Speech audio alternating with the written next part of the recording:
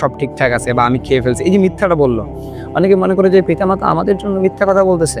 আপনি যখন বড় হবেন, আপনার বয়স যখন একটু বেশি হয়ে যাবে, আপনি যখন বুঝতে শিখবেন, তখন আপনি মনে করবেন, তখন আপনার অনুভব হবে যে ছোটকালে আমার পিতামাতা আমার জন্য কতটুকু করছে এবং কেন আমাকে মিথ্যা কথা বলতো, কেন তারা বলতো যে না আমি খাইছি তুমি এখন খাও, কেন তারা সিরা লুঙ্গি পরে আমাকে সুন্দর বা ভালো কাপড় নিয়ে দিত, বা কেন আমাকে নতুন কাপড় নিয়ে দিত। আপনি তখন বুঝতে পারবেন, তখন আপনি অনুভব করতে পারবেন, তখন আপনি রবের কাছে এটা বলতে পারবেন যে আল্লাহ আমার একজন পিতামাতা দিয়েছো।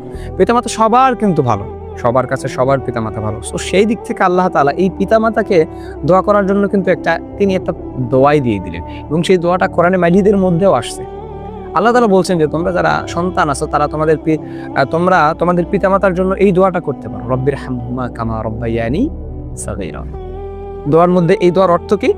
যে রব্বির হামহুমা, ইরহামহুমা, আপনি তাদের উভয়ের উপর আপনি রহম করেন, কামা যেমনই ভাবে রব্বায়ানি সাগীরা, ছোটবেলায় তারা আমাদের উপর রহম করতো। কিভাবে রহম করতো? দেখেন, আপনি যখন একটা বিছানার মধ্যে আপনি যখন প্রস্রাব করে দিতেন, সেই জায়গাটায় ভিজা জায়গাটা, অন্য তো বিছানা ছিল না আগের জামানায় বা আগের সময় এমন ছিল যে অনেক অভাবের মধ্যে মানুষকে দিন কাটাইতে হয়েছে। সো দেখা গেল যে আপনার মা ওই ভেজা জায়গায় শুয়ে আপনাকে শুকনো জায়গায় রেখে দিয়েছে।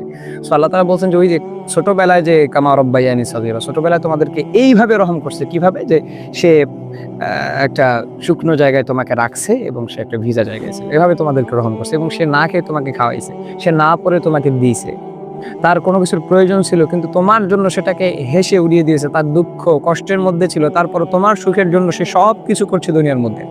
এটাই হচ্ছে পিতামাতার ভালোবাসা। এই জন্য আমাদের সবার অন্তত এই দোয়াটা মনে রাখা উচিত, রব্বির হামহুমা কামা রব্বায়ানি সাগীরা। আল্লাহ আমার পিতামাতাকে তুমি তেমনি ভাবে রহম করো যেমনি ভাবে ছোটবেলায় তারা আমাদের উপর রহম করছে। তাহলে পিতামাতাকে কষ্ট দিন এবং তাদের সাথে কোনো খারাপ আচরণ করিয়েন না। যদি করে থাকেন, শরম লজ্জা হায়া সব একদিকে রেখে তাদের পায়ে ধরে আপনি ক্ষমা চান। নয়তো কিয়ামতের দিন যখন আপনি উঠবেন, তখন হাজার মানুষ আবেদন করলেও সেই আবেদন আল্লাহর দরবারে গ্যারান্টেড হবে না যদি আপনার পিতামাতা আপনার উপর বেজার হয়ে থাকে। কিয়ামতের দিন জাহান্নাম ছাড়া আপনার কোনো উপায় নাই নাই নাই।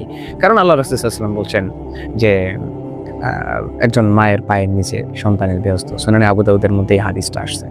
সো বি কেয়ারফুল, পিতামাতার সাথে ভালো আচরণ করেন, ঘাট ধাক্কা দিয়েন না। ভাই এগুলো তো মাথায় আসে না।